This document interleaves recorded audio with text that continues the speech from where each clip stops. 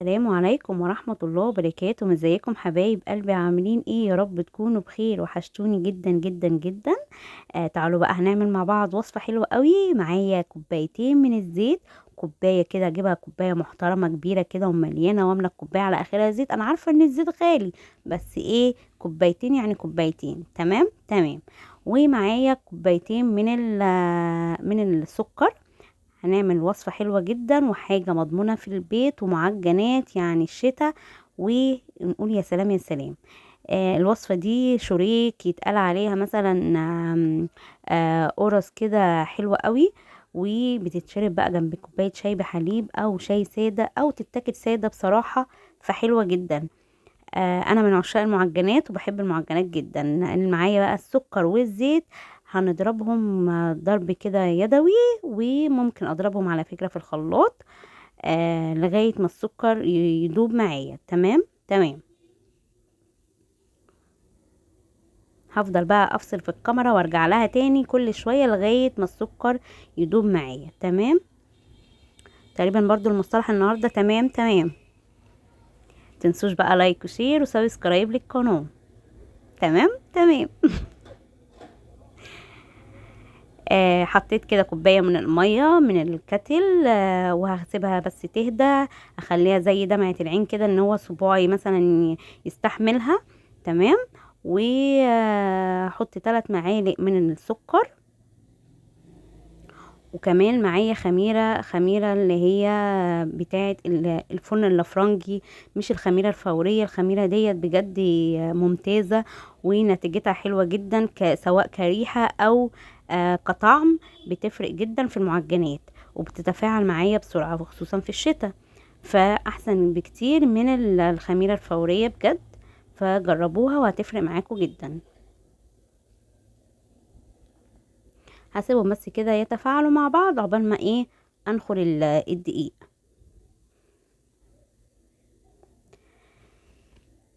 اللهم صل وسلم وزيد وبارك عليك يا حبيبي يا رسول الله.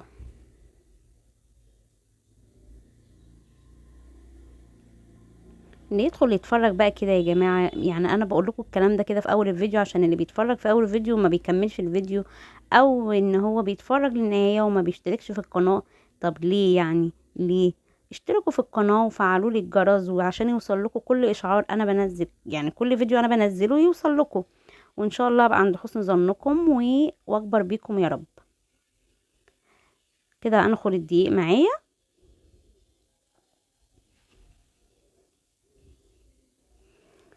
خلاص، نخلت 2 كيلو من الدقيق معاه كوبايتين زيت وكوبايتين سكر. عايزه احط هعمل كيلو دقيق، يبقى كوبايه زيت وكوبايه سكر. تمام تمام. الخميره خلاص اتخمرت معايا، تفاعلت معايا. شفتوا اتخمرت ازاي؟ تفاعلت معايا. لما اعرف ان هي نجحت ازاي، لما تعمل الفرقعات دي او البقاليل دي، يبقى كده الخميره ناجحه معايا. هنزل بقى بالزيت والسكر الخليط اللي انا كنت عاملاه ده،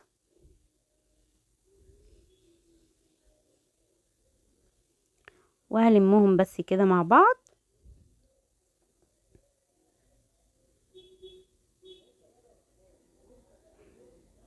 مين زيي بيحب المعجنات؟ انا بحب اعجن المعجنات، وبحب بجد طعم المعجنات. يعني حطوني كده في فرن فرنجي وانا اكل كل حاجة فيها.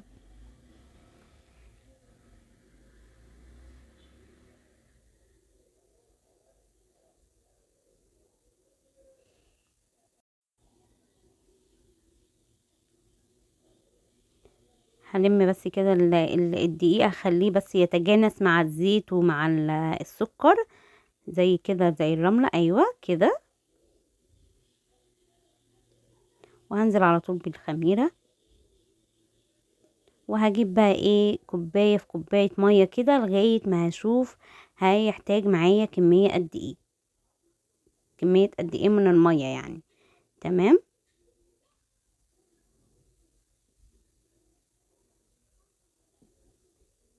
دي اول كوباية.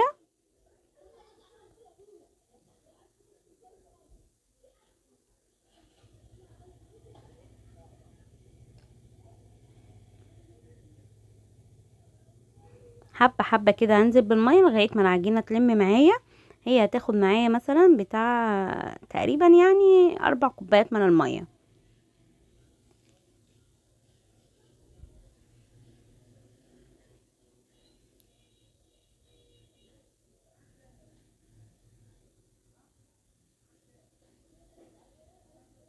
بصوا بقى لميتها معايا. ويعني خدت الطبق كده على الارض وقعدت اعجن واقول يعني ايه، مسيبتهاش في حالها الصراحة يعني. بصوا بقى طلعت معايا بالمنظر ده، وخدت معايا من 3 4 كوبايات مية على حسب النوع الدقيق بتاعك. تمام.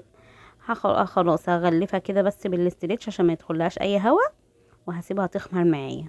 طريقة الخمر بقى الطريقة بتاعة العيش ديت. يعني بفشها مثلا بتاع مرتين 3 واخمرها تاني. تمام. التكات اللي انا بقولها لكم ديت يا ريت تنفذوها يا جماعة. بصوا ما شاء الله، بصوا خمرت معايا عشان خاطر الخميرة بجد ممتازة. هفشها بس كده وهسيبها تخمر تاني.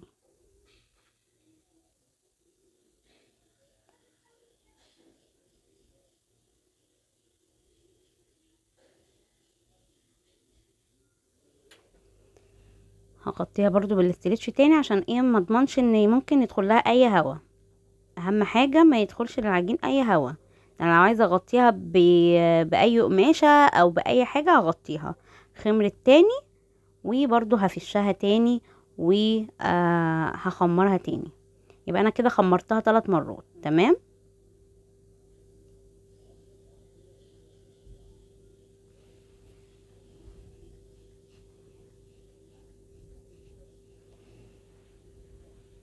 ما شاء الله على العجينة. بص كل مدى كل ما بفش فيها يعني بجد الملمس بتاعها حلو جدا.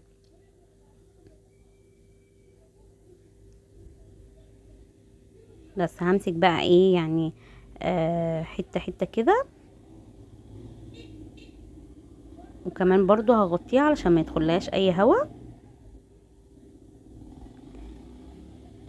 هعمل بس معاكم كده صينية وبعد كده ايه زي ما انتوا عارفين اتجه للناحية التانية واخلي اللي معايا يساعدني ونخلص قوام. عشان ايه؟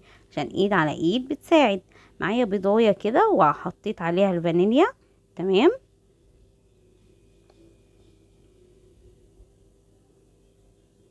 واقلبهم حلو جدا. وهيبقى معايا برضو سمسم. عايزة احط سمسم، عايزة سادة، اللي يعجبك. فانا عملته بسمسم.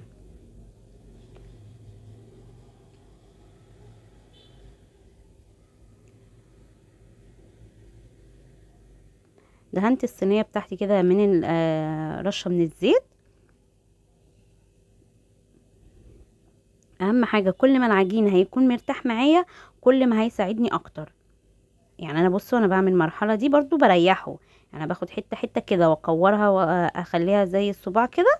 وهسيبها برضو ترتاح وارجع لها تاني واخد اول واحدة انا استخدمتها. مش اخر واحدة ولا اللي في النص. لا انا هاخد اول واحدة عملتها استخدمتها وفردتها معايا. هي دي اللي هتكون ارتاحت معايا وهتتفرد معايا على طول. تمام تمام. تمام تمام.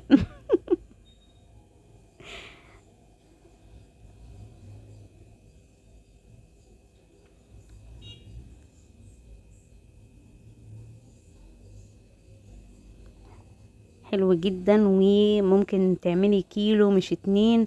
ممكن تعملي نص كيلو هيخلص معاكي قوام في الخبز. فحاجة بجد مضمونة وفي البيت في الزمن اللي احنا فيه دوت. ما نجيبش حاجة من بره.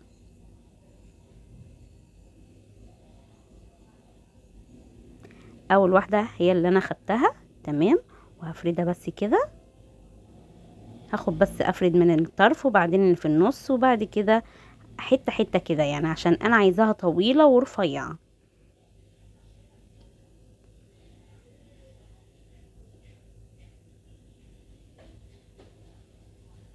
ايوه كده شطورة.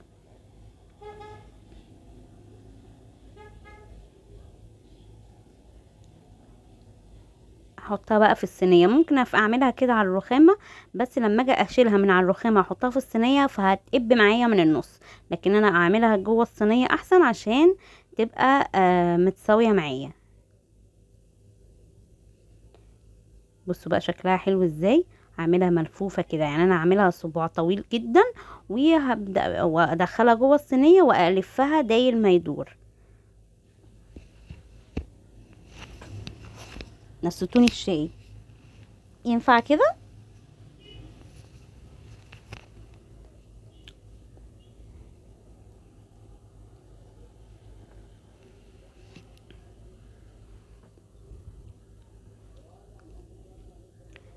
انا كده خمرته قبل وهخمره بعد، هخمره كذا مرة، يعني كل مرحلة بيخمر فيها.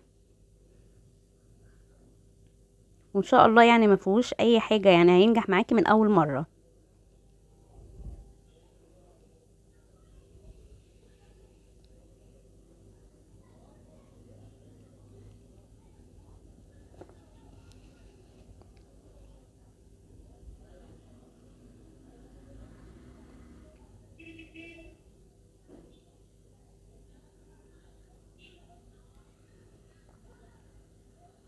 واهم حاجة برضو ان انا اسيب فراغات بين بين الواحدة والتانية عشان لما يجي يخمر ما يلزقش في بعضه. تمام.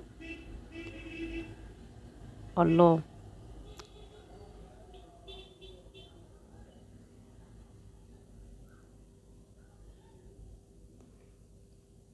بصوا شايفين ببدأ من فين وبنتهي فين. هروح بقى جايبه البيض وهسيب، يعني هعمله هحط البيض قبل الخمر علشان ما افشهوش. بعد ما يخمر هروح حاطه البيض والسمسم فهيفش معايا. لا انا هحط البيض من اوله كده واسيبه يخمر براحته، وبعد كده نساوي على طول. البيض بيديله لمعه حلوه جدا وبيخلي طعمه حلو، خصوصا انا حاطه فانيليا مش هيدي ريحه ولا اي حاجه.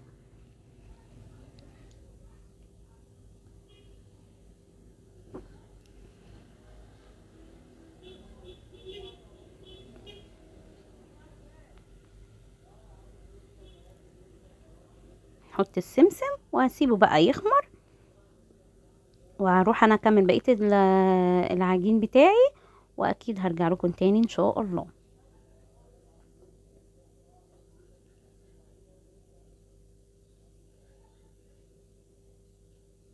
كتري بقى السمسم زي ما تحبي.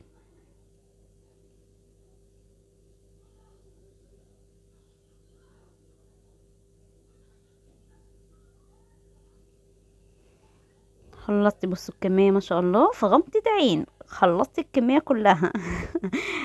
بصوا بقى طلعوا معايا الكمية ديت ما شاء الله حلوة جدا.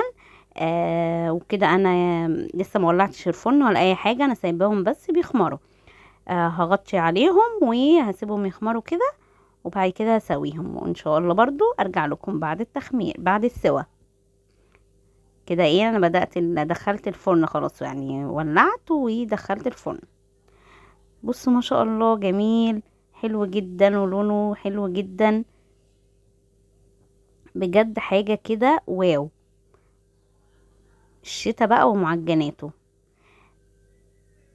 هنقلهم بس كده هنا علشان خاطر ايه، يعني هو بيرد بس عشان يتهوى معايا. بصوا لونه حلو جدا بجد.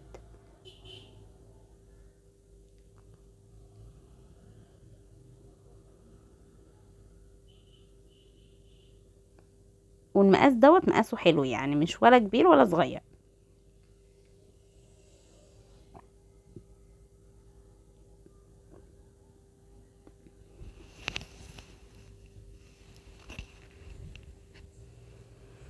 يلا بقى قومي نفذيه، وحتى لو في كيلو او في نص كيلو هينجح معاكي ان شاء الله من اول مرة. بصوا بقى تعالي نقطم واحدة كده ونشوفها بقى ايه هشة وطرية وحلوة جدا. بصوا اللقمة بتاعتها حلوة ازاي، جميل جدا.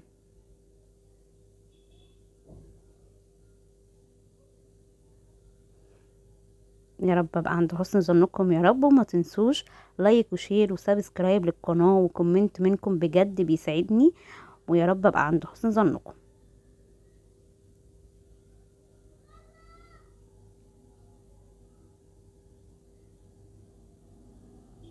يلا السلام عليكم ورحمة الله وبركاته.